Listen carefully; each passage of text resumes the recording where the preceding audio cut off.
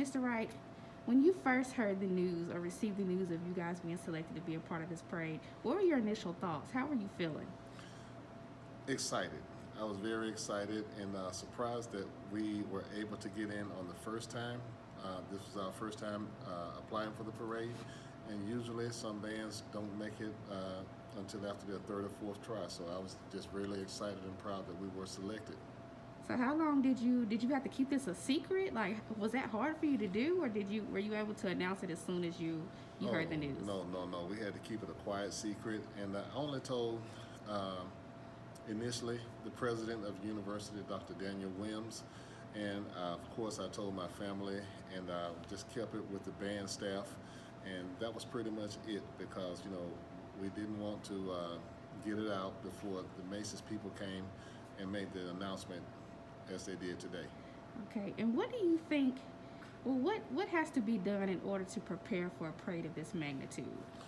Well, our band, like every other band in excuse me, every other band in the country works hard every day. So we're going to continue to work and to improve on what we do as a band, both playing and marching. And the next monumental task will be to fundraise. It's going to be a huge undertaking to raise the money to take the band to New York and just experience all the things that I want the students to be able to see. I just don't want them to go and march in the parade and come back home. Many of our students have never gone to New York before. And this will be their first time to travel that far away, and I want them to experience New York for what it is: the culture there, Broadway shows, touring the Statue of Liberty, Harlem, the Apollo Theater. So just a lot of things I want the students to be able to do. Okay, and Mr. Wright, how long have you been the director of bands here at A&M?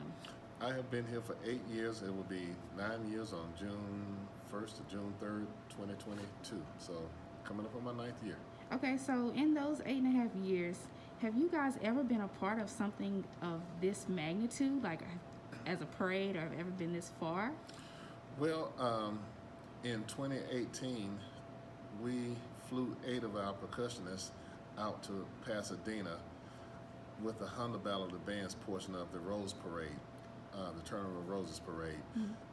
That year, the Honda Battle of the Bands was not held in Atlanta because of the football, the Super Bowl game. So instead, what Honda did was just flew all of the 8 previous participants in the Honda Battle of the Bands. They flew our percussion sections out to Pasadena to participate in that parade. So they rode on the float and played cadences all the way through the end of the parade. Okay, and when you take your band there and your band members, and what do you expect for them to take away from this experience? Just that, just the experience, something that they have probably never experienced before. Being from this part of the country, I don't know how many of our students are avid travelers with their families before coming here, but I want them to be able to see that there's more out there than just Huntsville, Alabama, or from whatever cities they come from.